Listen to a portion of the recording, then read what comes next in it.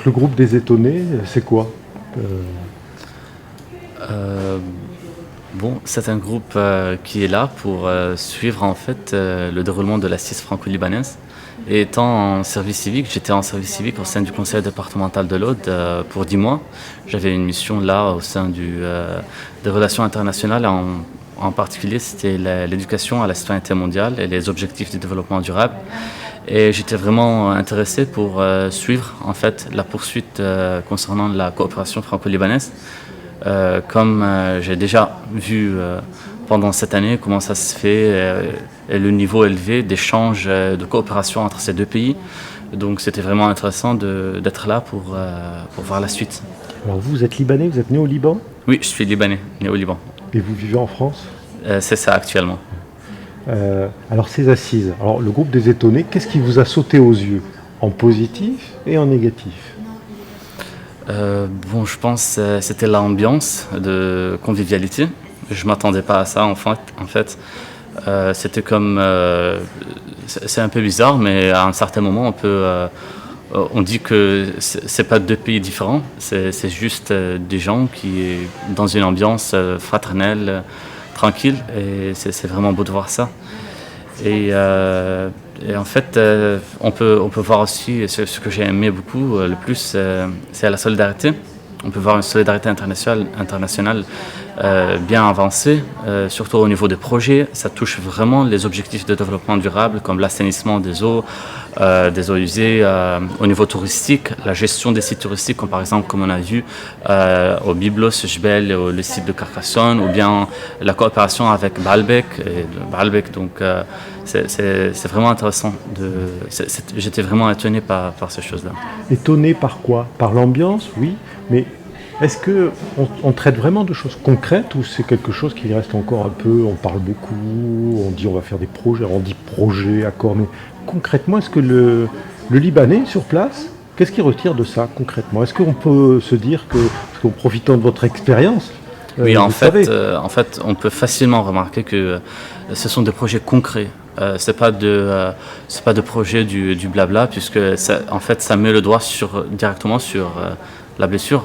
C'est au niveau de la pollution, des eaux usées, de recyclage. Là, le Liban souffre actuellement et ces projets ciblent en majorité ces gens-là.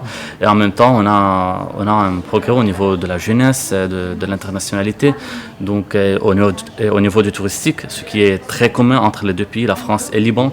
Donc Liban peut vraiment profiter de l'expérience française au niveau de la gestion de ces sites touristiques. Et en même temps, je pense France, ça va être intéressant pour la France et pour les Audois de voir comment ça se fait dans d'autres pays.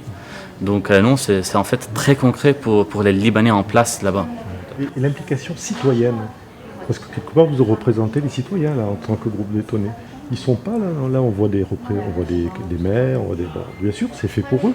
Mais est-ce qu'il ne faut pas mettre dans ces valises quelques citoyens qui viennent ça serait pas intéressant? Je ne sais pas, une piste de... Au niveau de la participation citoyenne, bon, en premier lieu, c'est intéressant de voir que déjà la participation, c'était en se basant sur les collectivités locales et non pas les autres collectivités. Bien sûr, en fait, il y en a du tout.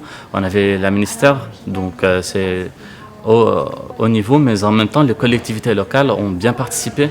C'était des maires, des membres de municipalités, et ces gens-là sont déjà proches des citoyens. Donc c'est déjà la voix des citoyens, en fait, ça a été bien représenté.